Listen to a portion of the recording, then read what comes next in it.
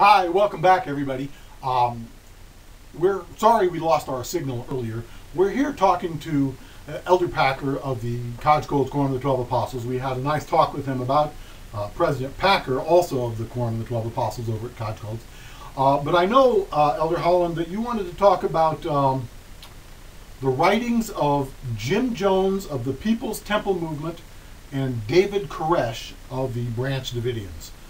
So what can you tell our viewers about the writings of these cult leaders, Jim Jones and David Koresh? They teach all men that they should do good. Well, that's great. And you told me earlier that Jim Jones started this book before he and 918 of his followers were died horrible deaths in the jungles of Guyana. And then somehow miraculously it got passed on to David Koresh, and he finished it up before he and 75 of his followers died a horrible death outside of Waco, Texas. I hold in my hand that book. Tell us a little about their writing style and why they wrote it. Teeming with literary and Semitic complexity. I see. And was given to bring happiness and hope. I assume you know that both Jim Jones and David Koresh are considered insane cult leaders.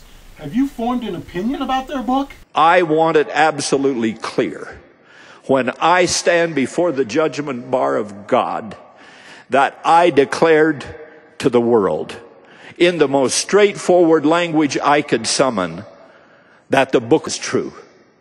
That's a very strong statement. How did you come to this certainty? God bearing witness of it. That makes sense.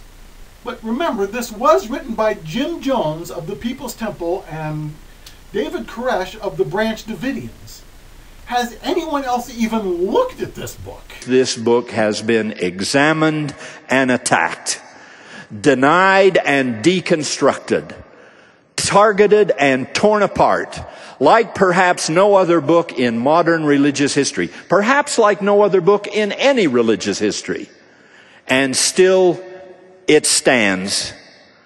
Failed theories about its origins have been born, parroted, and died. Well, I must say, you do seem very passionate in your support of these two guys who most people consider to be dangerous and crazy narcissists. Who's to say they didn't just make this whole book up hoping to profit from it later? Or maybe they stole it from some other religious nut jobs. Or maybe, just maybe, they themselves are delusional cultists. Do you really believe that the only possible explanation is that Jim Jones and David Koresh were inspired by God to write this book? None of these frankly pathetic answers for this book has ever withstood examination, because there is no other answer. What if they were just evil people out to deceive, or they were just delusional cult leaders? No wicked man could write such a book as this, and no good man would write it, unless it were true, and he were commanded of God to do so. Oh, really?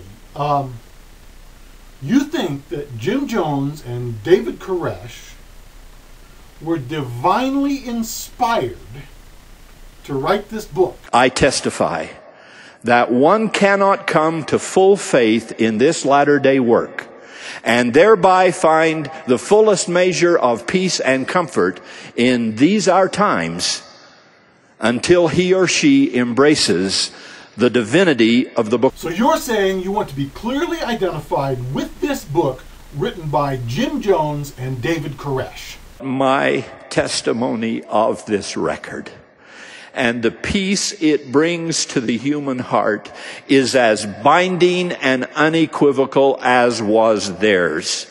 Like them, I give my name unto the world. I ask that my testimony of the book and all that it implies, given today under my oath and my office, be recorded by men on earth and angels in heaven. I don't have a pen. Cliff, write that down for him, will you please? I got to be honest here. Most people think these two guys were con men who were responsible for their own deaths and those of a lot of innocent people, including women and children. Doesn't that say something about their book? I submit this as yet one more evidence of its truthfulness.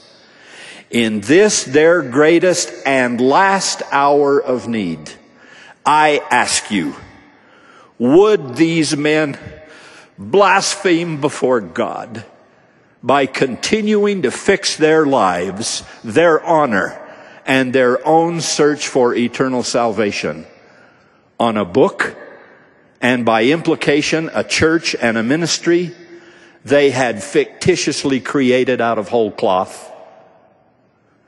Never mind that their wives are about to be widows and their children fatherless. No, they were crazy cultists who at best were delusional and at worst were homicidal.